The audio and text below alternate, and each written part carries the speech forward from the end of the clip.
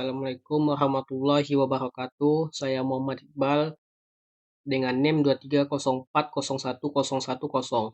Di sini saya akan mempresentasikan dataset saya itu dengan judul dataset Heart Attack Prediction in Indonesia.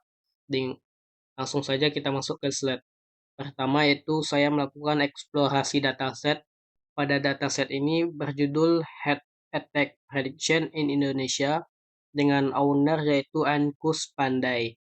Dengan source dataset ini yaitu diambil berasal dari Kesehatan Dasar Indonesia atau Riskesdas tahun 2018 atau bisa diakses pada layanan data.kemkes.go.id.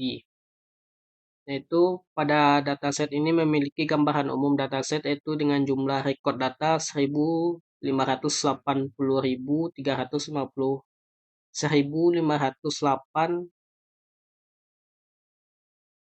dengan jumlah record 158.355 pasien dengan jumlah variabel yaitu 28 fitur, prediktor, dan 1 target. Dengan sumber data ini yaitu melalui screening kesehatan Indonesia. Pada dataset ini mencakup demografis, klinis, gaya hidup, lingkungan, dan screening data medis. Dataset ini memiliki target yaitu heart attack yang bernilai 1 atau 0. Lanjut yaitu melakukan distribusi variabel target. Pada dataset ini saya sudah melakukan distribusi variabel target. Dapat dilihat pada gambar yaitu 33,6 sampel yaitu memiliki riwayat serangan jantung atau ya dan 66,4% tidak. Dengan interpretasinya itu dataset ini cukup seimbang atau balance ratio. Dengan balance itu 49:1. Kemungkinan modeling yang baik tanpa resampling ekstensif. Itu lanjut yaitu saya melakukan kualitas data atau outlier. Pada dataset ini saya melakukan kualitas data dengan mengecek missing value. Tidak ditemukan missing value pada semua kolom dataset ini. Lanjut yaitu saya melakukan outlier dengan metode EQR.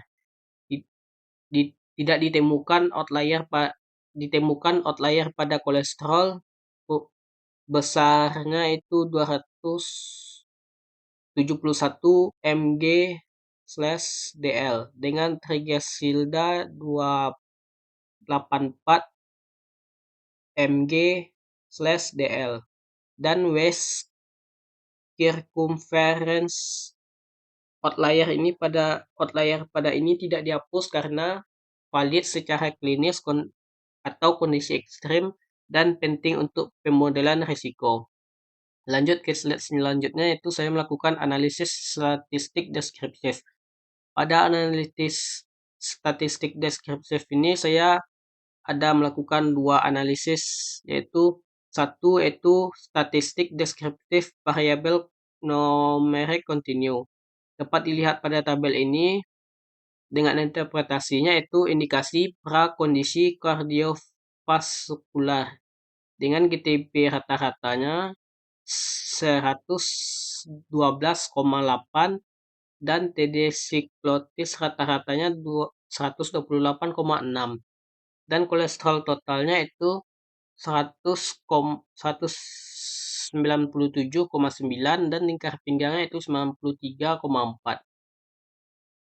Lanjut yaitu saya melakukan statistik deskriptif variabel fitur atau kolom. Prevalensi risikonya tinggi. Pada interpretasinya itu prevalensi risiko tinggi. Itu ada pola makan yang tidak sehat dengan persenan 52,2 dengan risiko keluarga penyakit jantung 40,4%, aktivitas fisik yang rendah yaitu 33,5%, hipertensi yaitu 24,8%, demografi pendukung atau gender yaitu seimbang antara pria dengan 53,9% dan wilayah mayoritas perkotaan atau urban pada 65,7%. Lanjut pada slide selanjutnya itu saya melakukan analisis bivariat dan multivariat. Fokus bivariat pada ini yaitu saya melakukan kombinasi tertinggi atau multivariat awal, yaitu dengan diabetes plus hipertensi menghasilkan tingkatan serangan jantung 69,5% atau risikonya 2,2 kali lipat, dan usia lebih dari 60 plus diabetes menghasilkan tingkatan serangan jantung 66,1 atau risikonya 1 kali lipat. Yaitu pada selanjutnya itu dapat dilihat yaitu interaksi gender dan umur.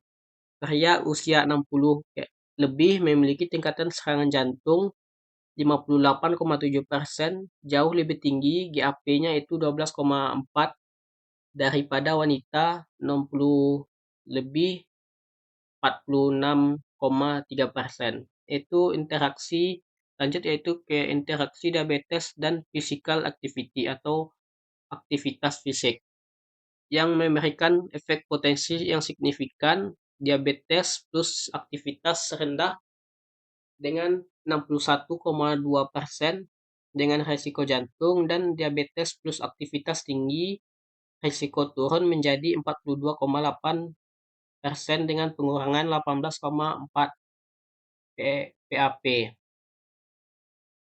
Lanjut yaitu stratifikasi risiko dan profil dominan. Dapat dilihat pada gambar tersebut, yaitu langsung saja ke interpretasinya, itu profil risiko yang tinggi dengan karakteristik pria yang lebih dari 55 tahun dengan diabetes atau hipertensi dengan memiliki multiple risk factor atau diet buruk dan merokok. Tingkat serangan jantungnya itu berkisar antara 55 sampai 75%.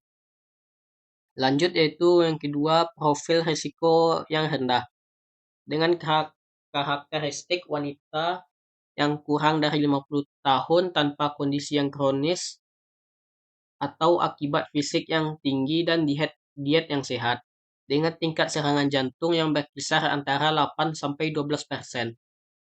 Dapat dilihat yaitu korelasi yang terkuat berdasarkan analisis korelasi. Faktor yang paling kuat berkolerasi dengan serangan jantung adalah gula darah puasa atau GDP dengan tekanan darah sistolik dan usia atau implisit. Lanjut ke slide selanjutnya yaitu masuk kesimpulan dan rekomendasi. Pada kesimpulan utama yaitu rekomendasi Indonesia menunjukkan prevalensi yang tinggi pada kondisi praklinis atau diabetes atau hipertensi dengan gaya hidup yang buruk 52,2% atau diet yang tidak sehat yang merupakan pemicu utama dari serangan jantung. Lanjut yaitu ke rekomendasi actionable insight. Prioritas intervensi gaya hidup kampanye terfokus untuk meningkatkan aktivitas fisik dan memperbaiki pola makan, terutama bagi individu dengan diabetes atau prehipertensi dengan melakukan screening dini untuk meningkatkan kesadaran dan akan kondisi praklinis untuk intervensi sebelum terjadi penyakit kronis.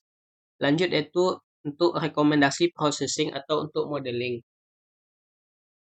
Untuk outlier, dapat dipertahankan outlier yang valid secara klinis, misalnya pada kolesterol yang ekstrem yang sudah pada slide sebelumnya, itu ada fitur scaling yang diperlukan untuk variabel yang numerik, dan class weight digunakan adjustment atau stratified sampling untuk menangani proporsi kelas target. Sekian dari saya presentasi dataset yang saya ambil. Sekian dan terima kasih.